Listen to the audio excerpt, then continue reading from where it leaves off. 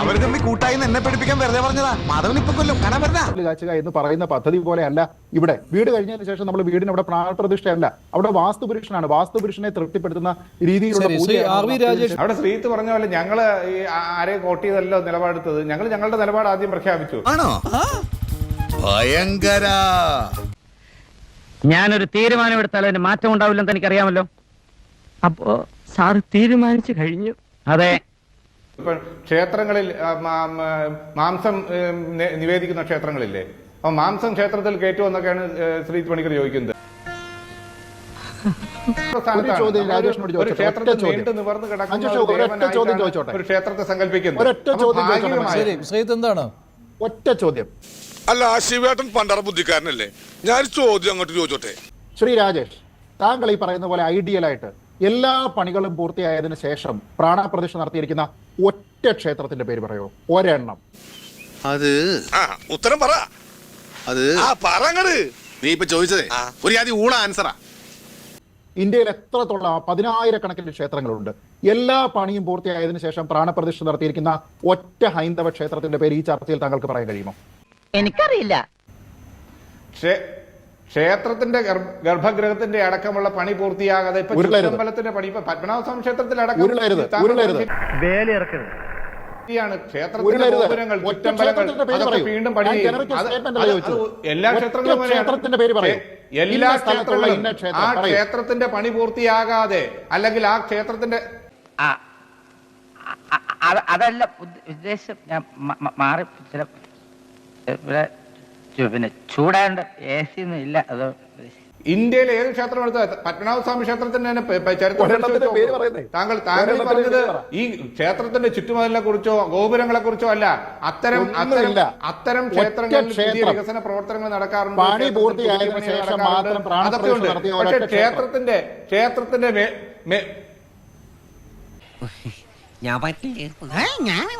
China ഭാഷ പറയുന്നോടാ. എല്ലാ ക്ഷേത്രങ്ങളും അതാണെന്ന്. അല്ലാത്ത നമ്മൾ യഥാർത്ഥത്തിൽ ആചാരപരമായിട്ടുള്ള ക്ഷേത്രം പണി ചെയ്യുമ്പോൾ ആ ക്ഷേത്രം താങ്കൾക്ക് പറയാൻ കഴിയുമോ? എല്ലാ ക്ഷേത്രങ്ങളും യഥാർത്ഥത്തിൽ ആചാരപരമായി പറയാൻ കഴിയുമോ? പറയൂ.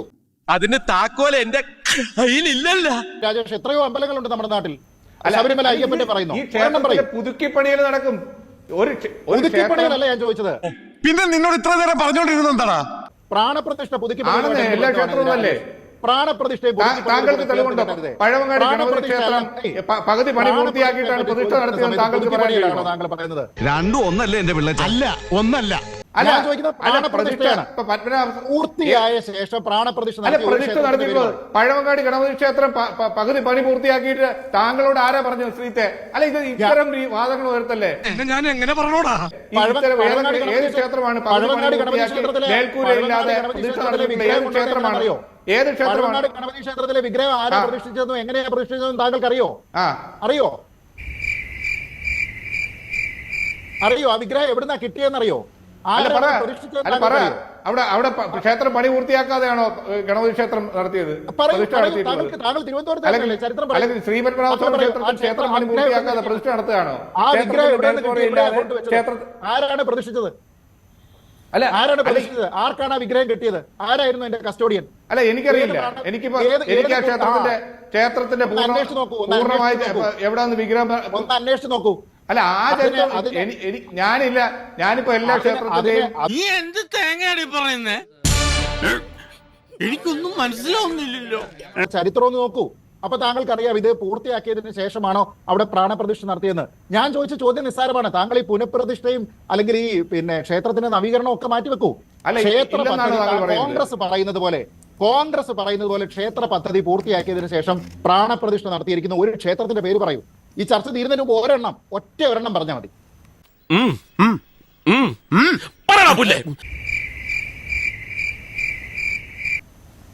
എല്ലാ 10,000-കണക്കിന് ക്ഷേത്രങ്ങളിൽ ഒരെണ്ണത്തിന്റെ പേര് ശ്രീ രാജേഷ്. ഇല്ലാത്ത ക്ഷേത്രങ്ങളുടെ പേര് താങ്കൾ പറ.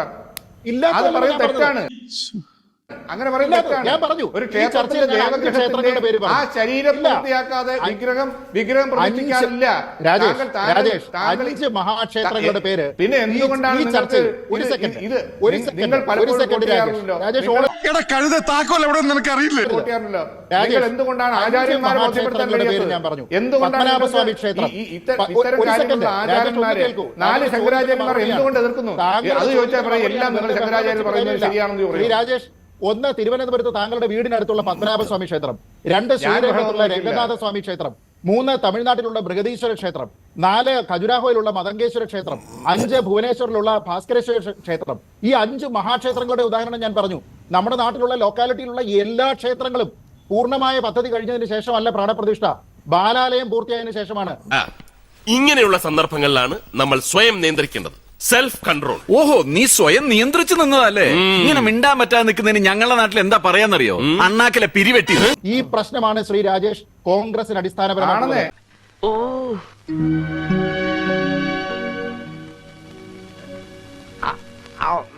ഹിന്ദു കോസ് എന്താണെന്ന് താങ്കൾ ആരാ തങ്ങളോട് പറഞ്ഞത്?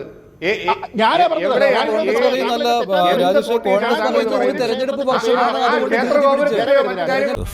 ഒരു മാറ്റവും ഇല്ലല്ലോ.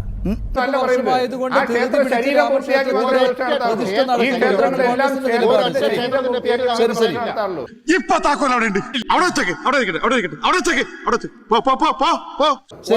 മിഥുൻ, അതിനിടയ്ക്ക് മറ്റൊരു കാര്യം കൂടി സംഭവിക്കുകയാണ്. ഇപ്പോൾ ഭാരത് ജോഡോ ന്യായ യാത്ര നടത്തുന്ന രാഹുൽ ഗാന്ധി അസമിൽ തടയപ്പെടുകയാണ്. അത് മാത്രമല്ല, നാളെ അദ്ദേഹം അസം മുഖ്യമന്ത്രി തടയുന്നു, പോകരുത് എന്ന് പറയുന്നു. അങ്ങനെ ഒരു വിഷയം കൂടി അവിടെ സംഭവിക്കുകയാണ്. ഈ സമാന്തരമായിട്ട് ഏത് യോഗിയാണ്? ഒരു കാര്യം കൂടെ,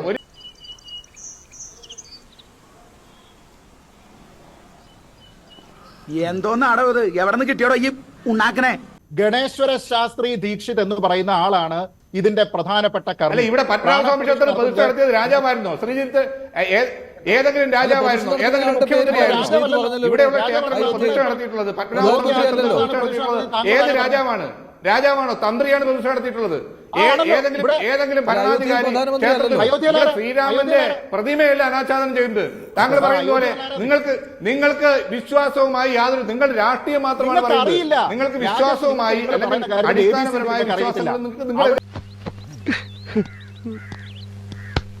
എന്റെ വേളാങ്കണ്ണി മാതാവേ, ഇവന് കുറച്ചു ബുദ്ധി ഉണ്ടായിരുന്നെങ്കിൽ മന്ദബുദ്ധി എന്നെങ്കിലും വിളിക്കായിരുന്നു. അതും ഇല്ലാതായി. പൂര കമ്മിറ്റിക്കാര് പോയി, വെടിക്കിട്ടും കഴിഞ്ഞു. ഇനി ഞാൻ നിക്കണോ അതോ പോണോ സാറേ?